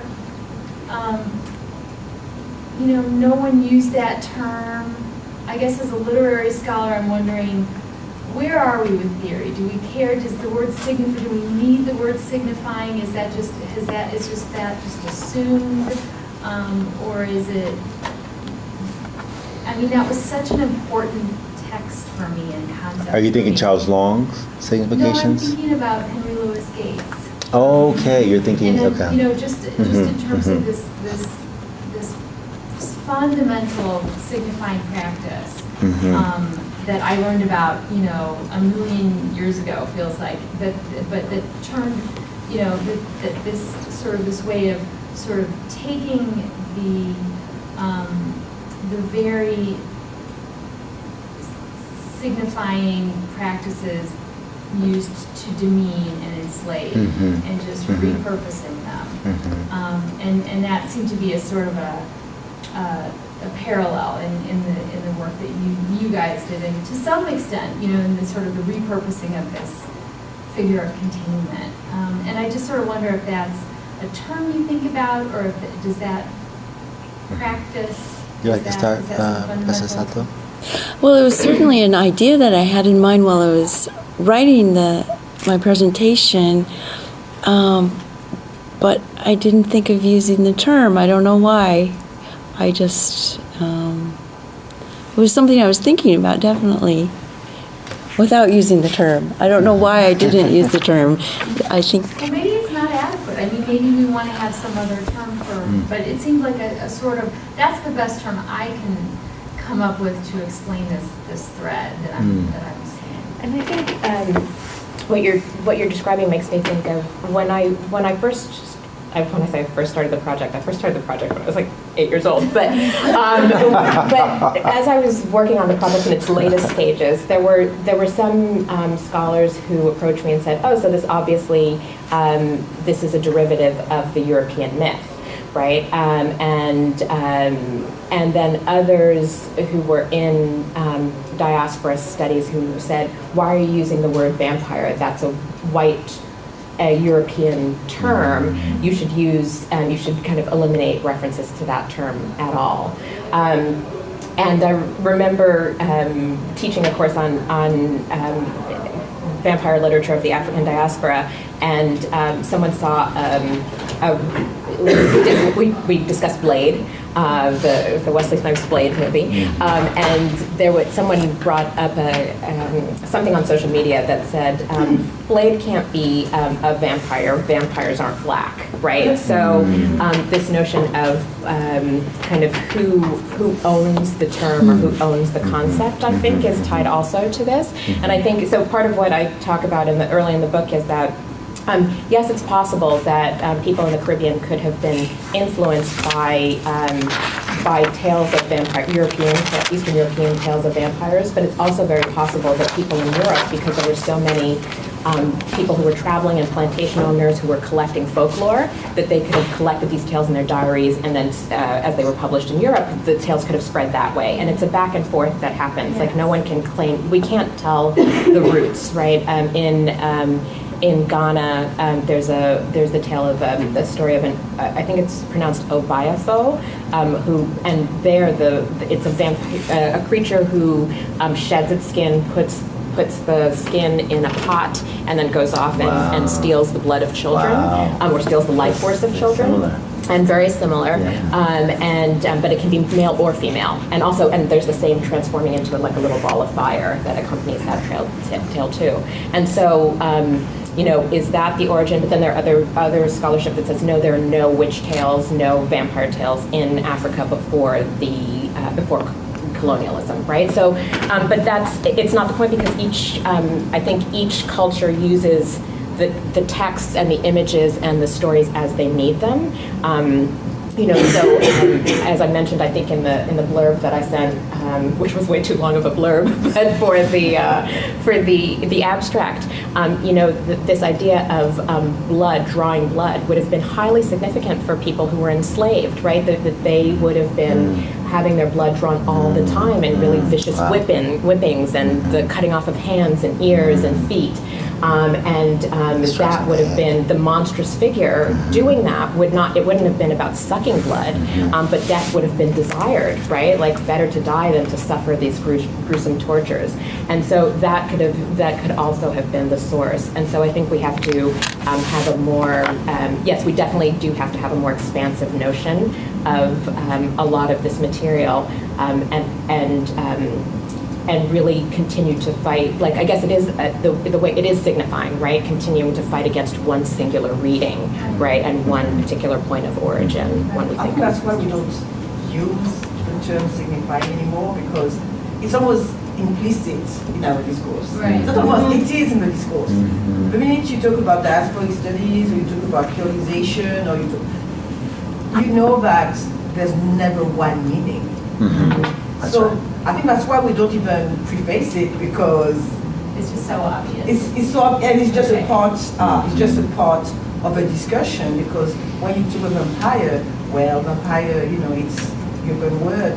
There's a translation, but what about the concept? So we know it's just a word. But again, you may find the same concept in different spaces, but just zapping the word vampire is not going to help. Right. It's because we're just playing with words all the time, but behind the word you have the concept. Then you have what you call a floating signifier. And then sometimes you use a word and you don't even know what it means. And we were talking about that with Matthew, about how in Cuba and Puerto Rico, trigenia is going to, which is wheat in... kind of wheat colored. wheat-colored person. People can be the color of wheat in Cuba. You know, like hiding. So don't go to Cuba, you might turn wheat-colored. But then, depending on the island, it's also going to be black. That's right. Yeah, in Puerto Rico, Trigueño will be black. So I wanted to answer your question from the standpoint that my work is about, is to use the language of Toni Morrison, is literary archaeology, but not in the sense that she uses it as a Nobel, Prize winning writer, someone who's creating fiction, but somebody who, in the sense that I'm looking to crawl back through history and to piece together something that may have happened, that did happen, but we're trying to figure out how it happened. And so the actual oath, we don't have, in the case of Jose Amores and Fermin Ganga, we don't have the text of that oath that was sworn. What we have really is a third-person representation of what was said. And this is what I also deal with in the book that I'm writing, Black Cuban Literature in the Age of Conspiracy, is really looking at the fact that we have two people who are said to have said X. Now, I did use a language of re-signifying, repurpose and re-signified in reference to them, because what they're doing is they are infusing with new meaning. I prefer to think of it in terms of a transculturation, because there's much more happening than a contestation of meaning. So the oath, not the oath, but the Eucharist actually comes to represent Obatala in Yoruban-based traditions, those Nigerian-based traditions, and evidently had as well in what remains of Ganga in Cuba. So I think of it in terms of religious transculturation, and with the idea of ritual poetics, what I'm really looking to get at is in what way might language, if the enslaved person has essentially her head, her body, and her mind, in what way might she or he be able to use that to determine their destiny? If you can't bring your architecture with you, if you can't bring all of your medicine with you from Dahomey, what do you do once you're enslaved in this new environment and you're looking to emancipate yourself? And so the power of the word. So it was, ritual poetics is the idea that I'm kind of working with, trying to understand how might language then consecrate a body and prepare a body, inscribe something on a body, and prepare it for uprising. This is what the Spanish are terrified of. We can't control this. We can't control what they say. And we can't control what they think. I think going back to where I put a question about sexuality, I know you didn't really touch on that, but Matthew, I'm trying to find something, in some of the text. Yeah, it's right there. I mean, I will ask Gisele and Paula about, I just love the testicles. It was one, but I wasn't sure. I don't know what that was. Like this idea of, I don't want to say monstrous or monster, because the horse-headed woman, she seems to be too positive to be a monster, but she's both male and female. At times she's sexualized, but she cannot be beaten. Mm-hmm. Mm-hmm. And then, you do have this idea about the sukunyo, which is now being written as a more positive, but she's sucking. At home, she's also riding. Mm-hmm, right. Yes. The old tag is often described as riding people, so draining them of their energy, so they're very tired and lethargic during the day. And so it's more of a metaphorical sucking. It's draining too, but I've seen that in the old tags, a lot of the American old tags. And in the French, cabin version, obviously it's what we call also volant. Yes. So it's going to be this idea. So for you, what's the place of sexuality? And there's also gender. Because if you think about the horse-headed woman, she doesn't look like a woman anymore. But still, she's a representation and a betterment of les demoiselles, the cute Haitian presentation of femininity, kind of exotic. Mm-hmm. And going back to yours, so it's like all women, they're all wrinkled, and when you talk about them being over wrinkled, we talk about this today, like old women and we don't like them because they're old and wrinkly. And like eventually we will be one of them. So we do but again, this repurposing of femininity, gender, but also ageism. Not so much for you, but it's like, I don't like women. So at least see that in whatever you studied, the importance of sexuality and gender in both pictures. What? I really see Severo Sardoui as countering Gauguin's message of a colonized, especially women, colonized women, as willingly giving their bodies to any European male visitor, willingly. Right. I'll just leave it there. Whereas Wilfredo Lamb was very sensitive to the question of prostitution and the degradation of women in Cuba, and I really see him as countering that image of the colonized woman as being sexually available to European white men whenever they wanted, and there to please the European white men. And that's why I believe that he often put this spike on their back. But he also saw the, I think he also wanted to emphasize their empowerment, the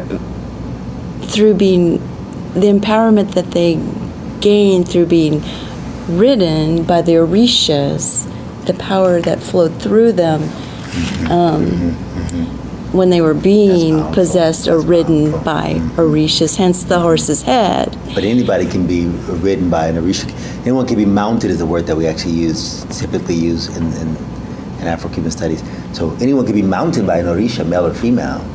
A male or female Orisha can mount a person, cisgender or trans, male or female human.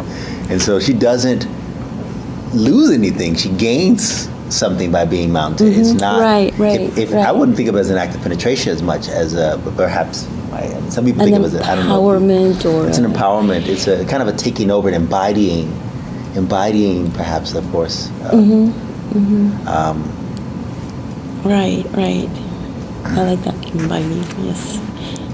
Well, I would love to see your paper at some time because you're making me think of other. So in Trinidad we also have, there's the goat head woman, who is not written about as much as the Soubriand and the La Jablesse and some of the other figures, but there was a story I remember hearing as a little girl too about just this figure who, if you were walking at night alone, you might be approached by the goat head woman, and I think the goat is supposed to be linked to the devil, right? So she would be at the base of the silk cotton tree. The silk cotton tree was seen as kind of the site of a lot of evil events. It's the silk cotton tree, or it's called Kapok, Saiba tree. Like, it has lots of different names. Huge trees, but also associated with Sufiyat because there was often blood on the tree, and that came from vampire bats biting cattle, and then when they defecate, the blood would come out on the tree, so people thought it was human blood, even though it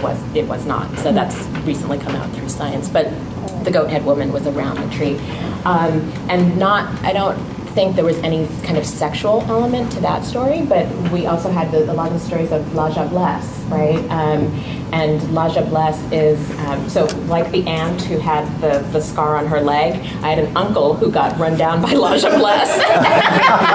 Because, so the La Jablesse is seen as a very, very beautiful young woman who's wearing very old-fashioned clothes, lots of ruffled skirts, a big hat, and she entices men to come with her with the promise of sex, and not always articulated, but in her presence and her beauty.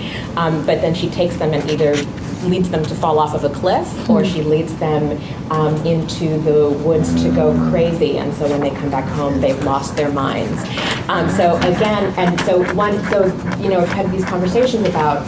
So again, you have this image of womanhood and that very dangerous sexuality, and I think. You can know it's La Jablesse because as you're walking away, you hear clip clop, clip clop, because she has one human leg and one goat or horse's leg. One leg is not human. So, I mean, that's another fascinating story. One of the things that I think makes the Sukuyant so ripe for being an empowering figure is that she's sexuality in old age, right? That she does not deprive older women of any sexual agency.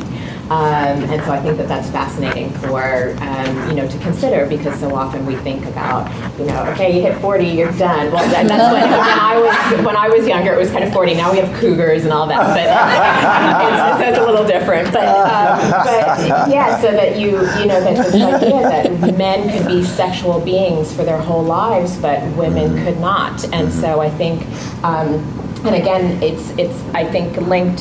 Different writers have linked. Why women, and in terms of the Sukuyant, to women's longer lives historically. So even though women would have had shorter lifespans because of death and childbirth,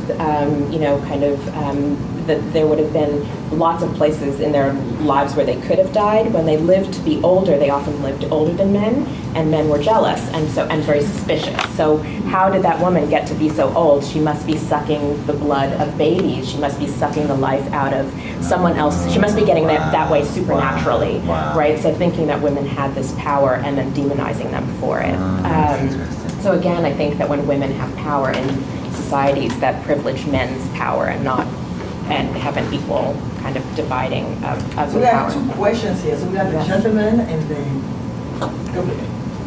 Yeah, I'm curious as to why the veil is so thin between sexuality and violence, or sexuality and disaster. Like I think of even in today's time, and why is the Sukuyant, the vampire, granted such agency to over other monsters to have that agencies to impose that sexuality and that kind of terror, I think Twilight, and they're that's the werewolf is kind of the same kind of sexuality, but that's borderline bestiality. Yeah. Why is that's such a thin line?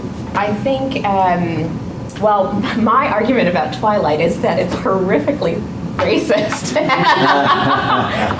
actually have an edited collection on the Twilight series, and my chapter in that book talks about the ways that I think Twilight is working with a very conventional plot, and it's a very in terms of race and colonial ideas of race, and also gender. So the Bella operates in those novels in many ways. Like do you know the Bram Stoker's Dracula? Okay, so when Jonathan Harker goes on his mission, he's kind of like going off to the Orient to eat all of these spicy new foods and meet all these people who have all of these quaint myths and practices, and look, they're crossing me. They're so silly with all their superstition, and then he gets kind of caught up. But he's like an anthropologist in a way, kind of looking at these others, other with a capital O. And I think Bella serves the same purpose in the Twilight series. So she before she turns, though. So she's looking at the vampires as one kind of odd, strange culture, and the werewolves as another kind of odd, strange culture. And it gives her the power. She has the agency of sight and the agency to kind of tell the story, and kind of give the perspective that everyone else learns from, the readers. And that the vampires are seen as very kind of high fashion and intelligent and rich and wealthy. And the werewolves are all living on the reservation. They always are taking their clothes off because they're wild savages, right? And so, and it really plays into this myth of the Indian, the American Indian, as close to nature, right? Like just barely crossing over the threshold of human, but the noble savage.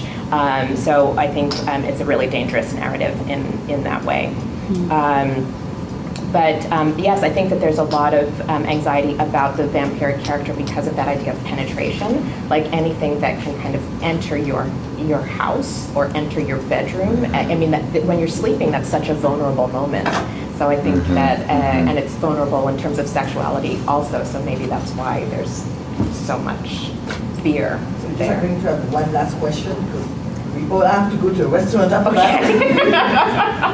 So, what was your question? My question is, how does the menstrual cycle of a woman figure into like some of these myths of the Sukhoyan?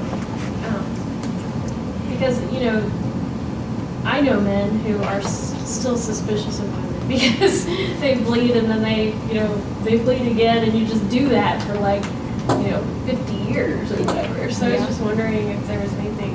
I think, in lots of cultures, I did a little bit of research, so there, in lots of cultures worldwide, there is this stigma and there are these taboos about menstruating women, right? So menstruating women should not be with the rest of the community. Menstruating women should not harvest crops because they can blight a field. I remember my mother telling me and my sister that we were not to step over my brother, not when we were menstruating, but just this power of the woman's vagina. Like, you can't step over men, right? Because you could do some kind of weird, like, it was very just weird. And she's not really a superstitious person, but it was like one of these throwback things, like, don't step over him. And so I was like, but I just stepped over my sister, and she was like, that's different, So I'm like, okay, it made no sense. But I think that idea of penetration and making someone because there is such anxiety about women's menstruation, the idea that you could make a man bleed, like a female vampire could make a man bleed, leads to increasing anxiety about a woman's power in terms of being a vampire. That she is not only penetrating and making the man penetrated, which I think there's a lot of stigma about that in our society, right? Because of just heteronormativity, right? It's the man who's supposed to penetrate, and the woman is the penetrated. But that in bleeding, the man's body then becomes like a woman's, and kind of it blurs the lines that people wish were more rigid about, like what it means to be a man and what it means to be a woman. Does that make sense? Yeah. Thank you very much. Well, thank you.